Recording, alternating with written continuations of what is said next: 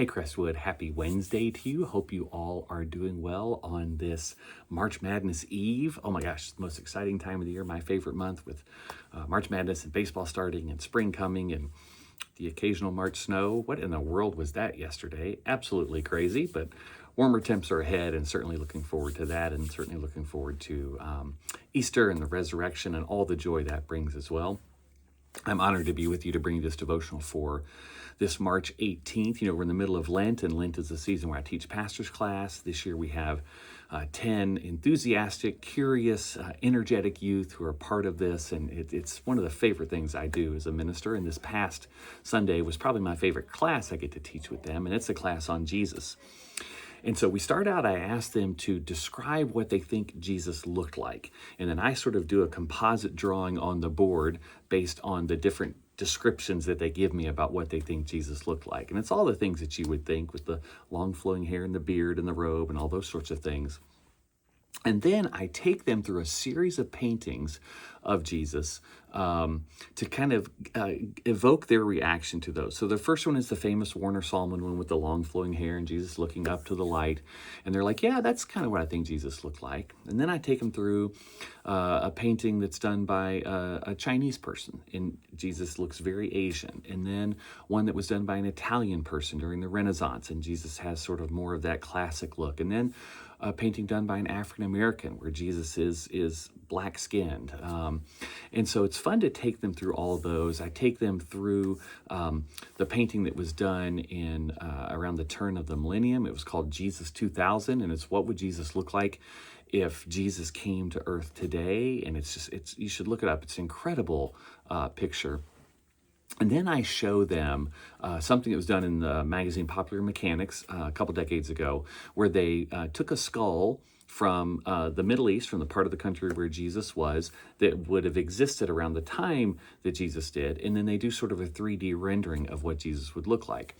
And it's very, very different than that Warner Sallman long flowing hair Jesus. And I always love seeing the kids' reaction to that picture, because I'm like, this is probably the most accurate depiction we have of what Jesus would have looked like. And they always kind of recoil a little bit, like, oh, that's not what I thought that would be. I expected Jesus to look more like me. And I find that so interesting when I see their reaction to it, because don't we all expect Jesus to look a little bit like us? And I don't mean just physically, but I mean in the way Jesus acts, in the way Jesus teaches, in the way Jesus lives. You know, Anne Lamott has this great line that says, you know, you've made God in your image when God hates all the same people you do. And I think we sometimes do that with Jesus as well. We try to paint Jesus in ways that line up with our agendas and our beliefs and even our prejudices, instead of letting Jesus be the one who changes us, who helps us to become more Christ-like.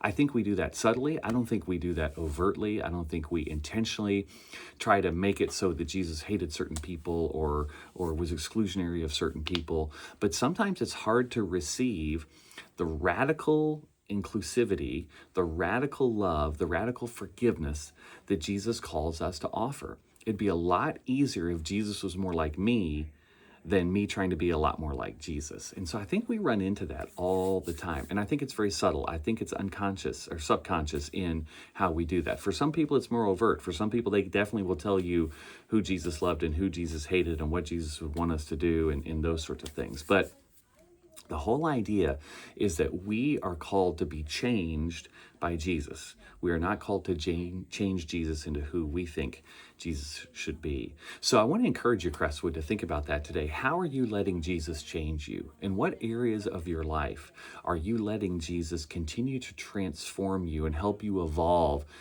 to become more Christ-like? Maybe it's in the area of prejudices that we're not even aware we have. Maybe it's in the area of generosity, where Jesus calls us to be more generous. Maybe it's in the areas of forgiveness, where Jesus says, not 7 times, but 7 times, 70 times. I guarantee you there is a teaching of Jesus that is a challenge to us right now. It's going to be different for all of us. Maybe it's the challenge to blessed are the peacemakers. How are we not just living peace, but making peace in our world? There's always going to be something that Jesus said that's going to challenge our sensibilities, that's going to challenge our comfort, that's going to challenge how we choose to live out our lives. So today, Crestwood, I want to encourage you to be challenged by Jesus. How are you not trying to conform Jesus to your image, but how are you trying to conform to the image of Jesus we have in Scripture? It's a challenge that we wake up to every single day, and I encourage you, Crestwood, to do your best to be a little bit more like Jesus today than you were yesterday. God bless you, Crestwood.